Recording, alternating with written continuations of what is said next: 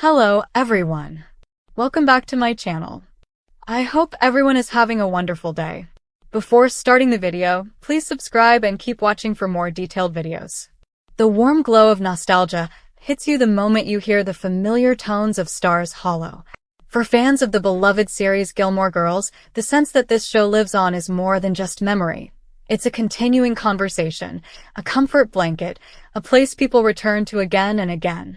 Recently, two of the show's stars opened up in a candid chat about exactly why that enduring magic persists, and they even picked sides in the fandom's favorite debate, Team Logan or Team Dean. When Matt Chatri and Jared Padalecki sat down to look back, they didn't just reflect, they celebrated. Chatri remarked that the show is infused in people's lives in such an incredible way, not just watching it. It's more like, how can I really carry on what this makes me feel like? And pointed to the way multiple generations, mothers and daughters, siblings and friends share that experience. Padalecki chimed in that he often can't walk through public spaces without someone calling out, "I love the show. My mom and I watch." That simple exchange captures the heart of why Gilmore continues to resonate. What makes something stick? Why does a show from the early 2000s still feel fresh in 2025? The answer, as these cast members suggest, lies in its blend of emotion, wit, connection, and familiarity. The mother-daughter dynamic between Lorelai and Rory, the quirky townspeople, the fast-paced dialogue full of pop culture nods, all layered into a story about life, love, growth, and imperfection. On top of that, the sense of place, Stars Hollow, is so vivid that viewers feel like they could wander through the town square, share a burger at Luke's, or sit at Miss Patty's dance class. That idea of intimacy, of returning to a place you know and love, gives us the warm, fuzzy feeling of home. Chatri's observation that the show transcends mere viewing, more like how can I carry on what it makes me feel like, speaks to that sense of personal ownership. Fans aren't just watching. They're living in a world that reflects something familiar. Padalecki's anecdote about being stopped by fans, whether mothers and daughters binge-watching or friends revisiting the show, underscores how Gilmore has become more than a TV show. It's part of life's soundtrack. And then there's the team's question, the age-old debate between Team Logan, Team Dean. Hearing the stars weigh in is equal parts fun and fascinating. They recall playing their roles, living through arcs that still spark conversation today, who Rory should have been with, what direction Lorelai's life should have taken, and how these relationships mirror real-life choices. In this conversation, the actors reflect on how those debates keep the show alive. When you discuss characters, loyalties, missed chances, you stay engaged, you stay connected. It isn't just about romance either. It's about character growth. Rory evolving from a star student to someone with messy decisions. Lorelai wrestling with independence and vulnerability. Emily Gilmore's world is shaped by traditions and expectations. Each turn on the story map offers something real. One fan on Reddit put it simply, "It's the coziest show I know." That single comment sums it up. Cozy but layered, comfortable but intricate. The cast's reflection is less about celebrities basking in legacy and more about humility. Chatri says, "It's just amazing after all this time that we're here and we're still talking about it with all the generations." That acknowledgement of time, of enduring conversation, is the heartbeat of the show's magic. Another thread worth noting, the ways in which the show has become an intergenerational bridge. Mothers introduce daughters. Friends revisit. Viewers who first watched in their teens are now returning with kids of their own. That shared moment, "Remember when," or "I never saw that one," or "Let's binge it tonight," creates new connections. And the cast is aware of that. When Padalecki says people still stream it during downtime, during difficult times, it reinforces how the show isn't just background. It's comfort, familiarity, escapism with emotional honesty. So what does it take to pick a team? Is it about chemistry? Timing? Character alignment? Or is it something deeper? Identification. You side with someone because you see a reflection of yourself, in ambition, in conflict, in a longing for home or belonging.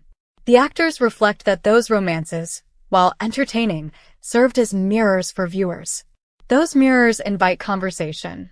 What would you have done? Who would you have chosen? Discussion alone keeps the world alive. In their chat, they also spoke about the set, the unexpected moments, and the authenticity of relationships between characters. That behind-the-scenes sense of play and sincerity gives the show its texture. When a show creates a strong foundation of relatable relationships, it invites longevity. The cast's candor about the impact of the fandom, "I can't walk anywhere without someone telling me they love it," makes clear it's not just the writing, the characters, or the aesthetic. It's the space the show created for people to live in, ask questions, revisit old dilemmas, laugh and cry.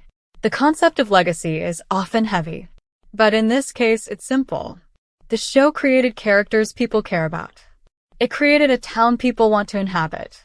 It gave a voice to the complexities of mother-daughter relationships, ambition, friendship, small-town identity, big dreams.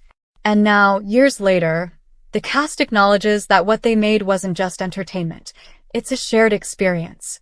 This moment of reflection, of saying, yes, this means something still, gives the show its power. And yes, they had to pick teams. They acknowledged what fans have known. The relationships mattered. The debates mattered. But perhaps more importantly, they underscored that whichever side you pick, the value lies in the connection you feel. Whether you liked Logan's charisma or Dean's steadiness or Jess's edge, it was about how those relationships made you think about your own life. In the end, listening to Chatri and Padalecki, you realize the show's magic isn't ephemeral. It doesn't fade just because seasons ended. It persists because people carry it forward. They reference it, quote it, share it, revisit it. The show becomes a kind of cultural anchor. A quote about coffee, a passing reference, a watching ritual. When Padalecki talks about, "Oh, here's a feel-good show. Let's stream this," you hear the truth. Viewers still need that place of warmth, connection, and humor. So whether you're on Team Logan, Team Dean, or even Team Jess, what you're really on is Team Gilmore. Team Stars hollow. Team Comfort with clever. Team Characters you feel. The show's legacy is that it doesn't demand perfection from its characters, and thereby invites viewers to embrace imperfection in their own lives. It doesn't give you neat endings always, but gives you a world you want to revisit. The cast's candor reminds us that they too are part of this journey. That decades on they still recognize that the show means something to thousands, tens of thousands, millions of people around the world.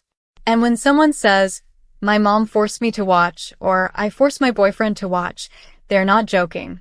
They're acknowledging that the show continues to spark conversation, to spark shared lives. So next time you settle in with your cup of coffee, pull up an episode from the early seasons, or revisit one of the revival moments, remember, you're not just watching TV. You're dropping into a place that has stayed alive in the hearts of people. And listening to the actors reflect on that, you see why. Because it wasn't just crafted. It was inhabited. It was built with care. And we keep coming back. In their own words, "It's just beautiful to be a part of that history," Chetri said. And really it is.